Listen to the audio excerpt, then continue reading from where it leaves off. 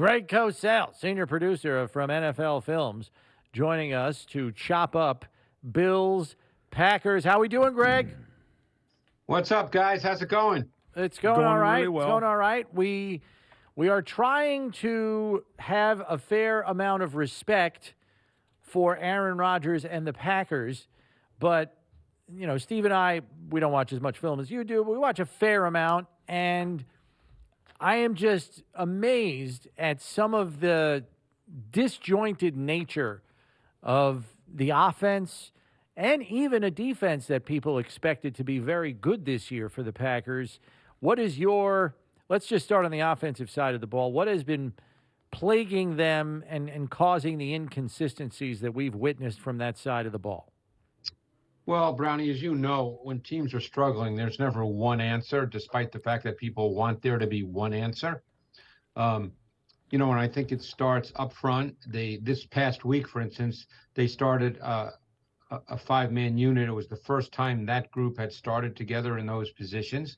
So they've had a lot of movement with their O-line throughout the season, different players in different positions. I think their run game has been at times good, but for the most part, not very good. No consistency to it.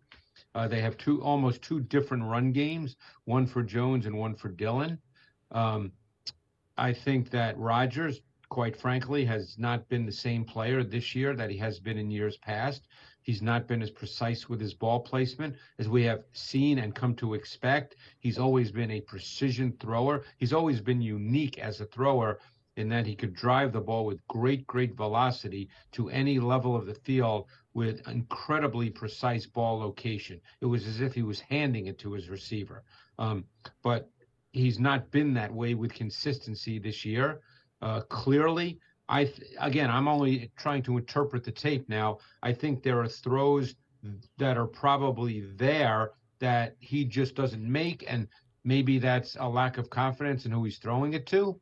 That only he could tell you that. It seems he has told us that, I guess. But there are times he just doesn't turn it loose when I believe the throws are there based on my knowledge of route concepts and the defense. So I think there's many factors, and all of that has led to pretty much an up and down offense that can make a play here and there, but doesn't generate any consistency through the course of four quarters. So I think the most interesting thing about that is you think that Aaron Rodgers is basically turning down throws that he would normally make, that he's just not making. Right. That's, again, I don't want to sit here and say 100% I'm absolutely right, Steve. Right, because, I get you. You have to be in the meeting rooms and and so I don't want to, I'm not one of those people that just says stuff, as you guys know. Right. But I've been doing this a long time, so I know the route concepts, I know the coverages, and I think he is, yes. Where do we peg the youth at the receiver position, Greg? Because there are clearly instances where they're just not on the same page as Rodgers either. Like Romeo Doubs is in the slot a lot, and it seems like there's some miscommunication there. I know Watson doesn't play a ton. He's had some drops when given opportunities.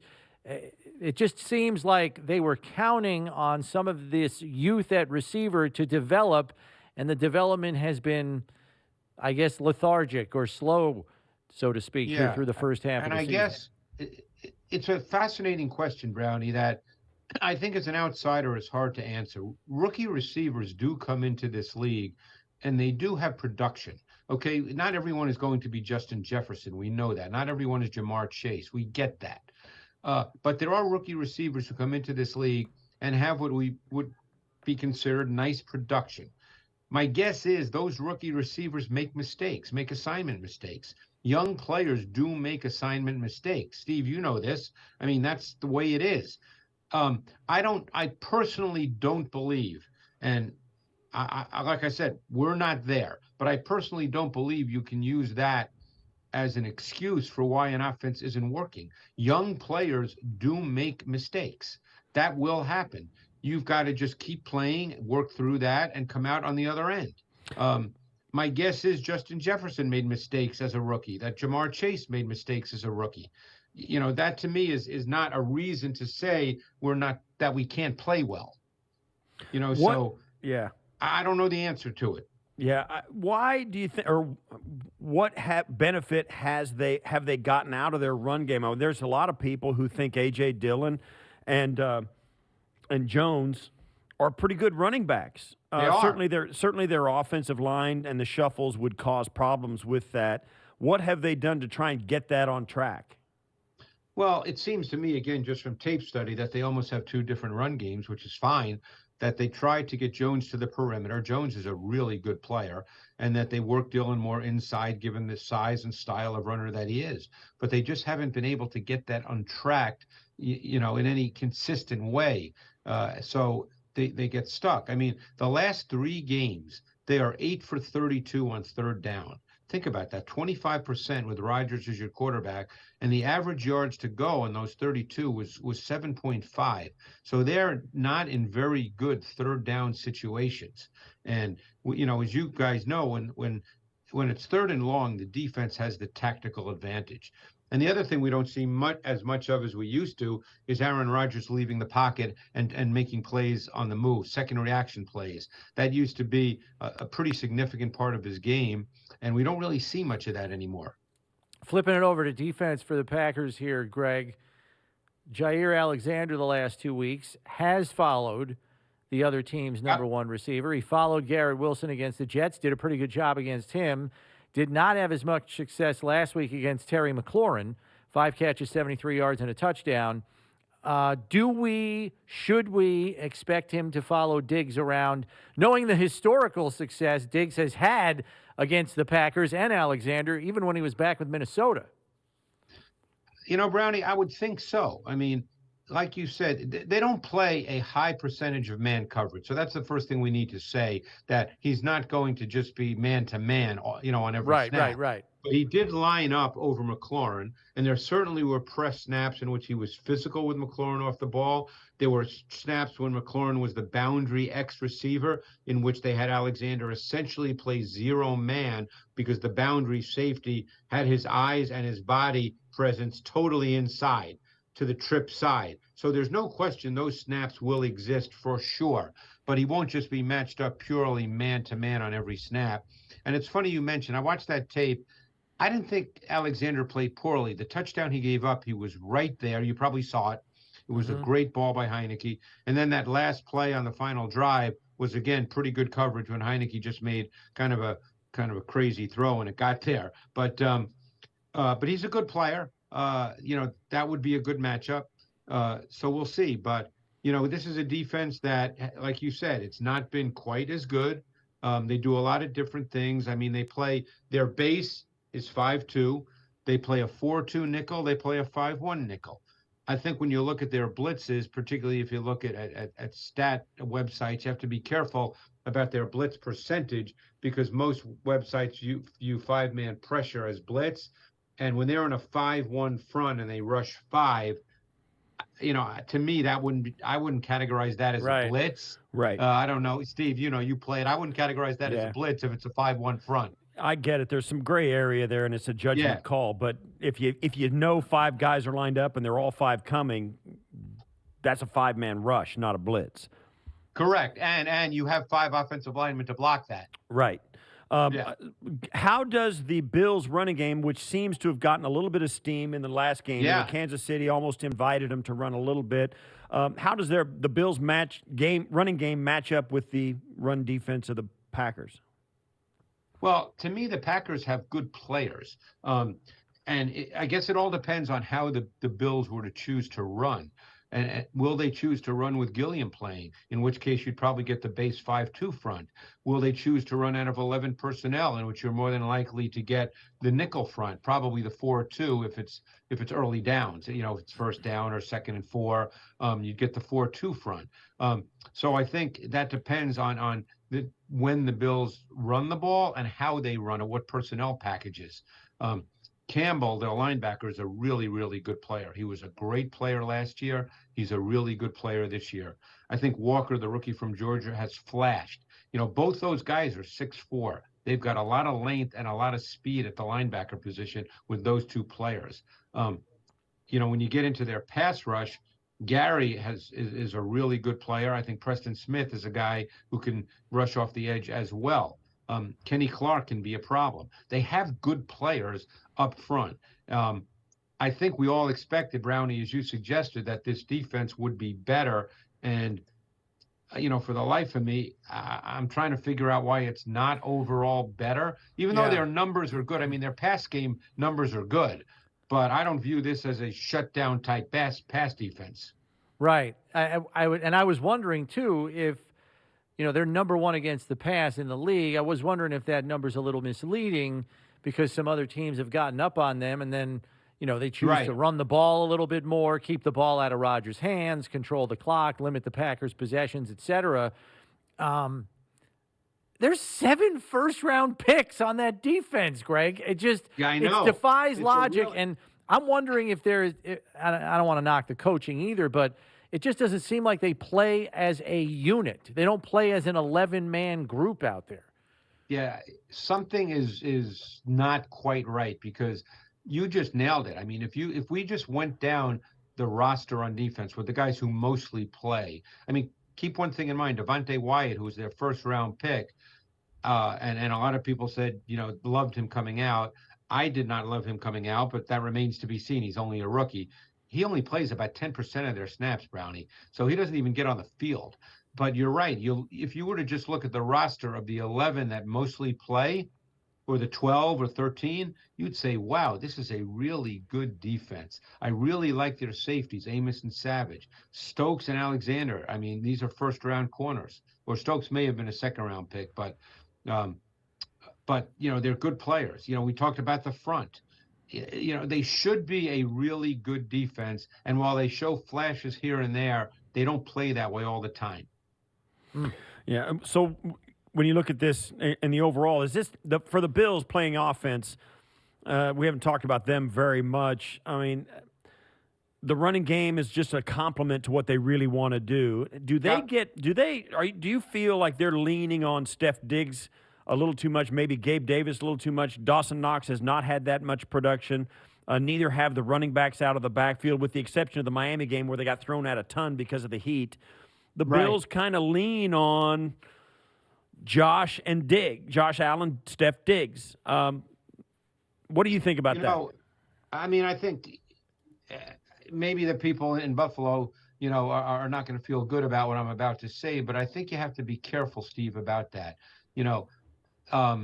It's just like we talk about the run game. I think at some point you're going to need to run the ball with some kind of volume and some kind of production. I think at some point teams are going to take away through their coverage concepts Diggs, whether it's bracketing, whether it's dedicated doubles. They're going to do something. Now, it wouldn't be the first time it's ever been done. I don't want to make it seem like no one has ever done that before. Of course they have, and more teams will do so. But I do think you can't go into a game just assuming every week that Diggs is going to get 10 for 125 or whatever the numbers turn out to be. Davis has come on in the last couple of weeks. I'm very anxious to see how they use McKenzie and Shakir going forward. I really like Dawson Knox and his talent. I think that, to me, and this is no knock on anybody, we're just talking here. I'd really like to see Knox be a higher volume player, but if things are working, they're going to play the way they're playing. Maybe if things start being taken away, they have adjustments ready-made that we haven't seen yet because we haven't need to see them yet. Yeah, it looks like the bye week has been very beneficial for the Bills' injury list. Their top 9 defensive linemen are all healthy, probably for the first time since week 1. We know the shuffling that the Packers' offensive line has been doing, Greg, and Bakhtiari is probably going to be a question mark for them at left tackle again this week. I thought Zach Tom, who was a kid I liked out of Wake Forest, as a mid-round draft choice, he didn't look like a lost puppy dog out there. So I don't know. I realize he's got to go against Von Miller this week. But if Zach Tom has to start again, I don't know if you had any initial impressions of him after watching him play last week for the Packers. Well, it's funny. There's always 3 or 4 guys in college that end up being, reasonably high picks that I just don't get to for whatever reason. So I did not see Zach Tom's tape. The people I respect liked him a lot.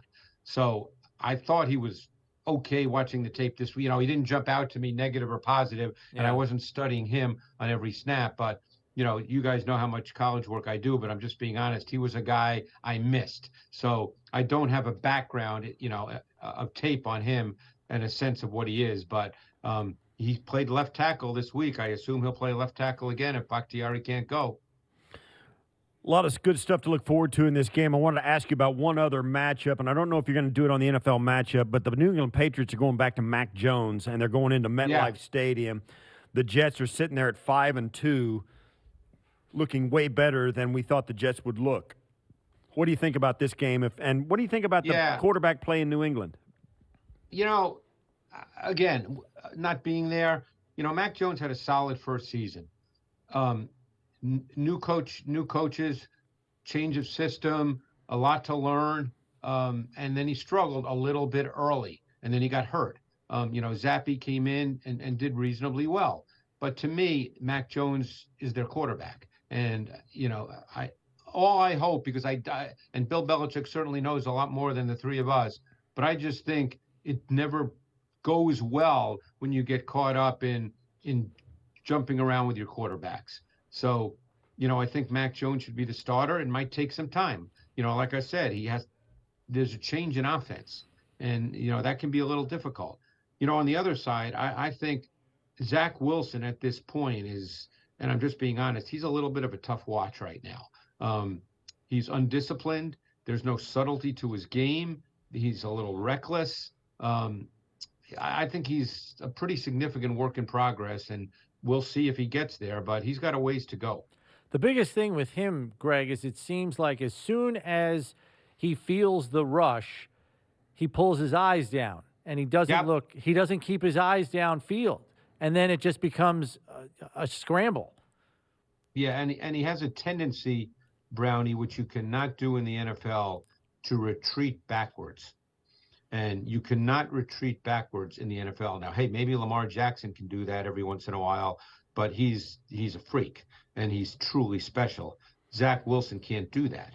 And he also needs clearly to work on his pace and touch. He tends to throw short balls with far too much velocity. Now, he has moments when he looks very good because he has a live, loose arm, light, athletic feet. He's limber. I mean, the ball comes out easily. He's a very easy thrower of the football. And he'll have moments, but he needs a lot of work. And he needs to play with far more poise and composure in the pocket. All right, this weekend slate of games coming up. Greg, anything catching your eye? Anything you're looking forward to seeing? Any matchups? What else is grabbing you about Week 8?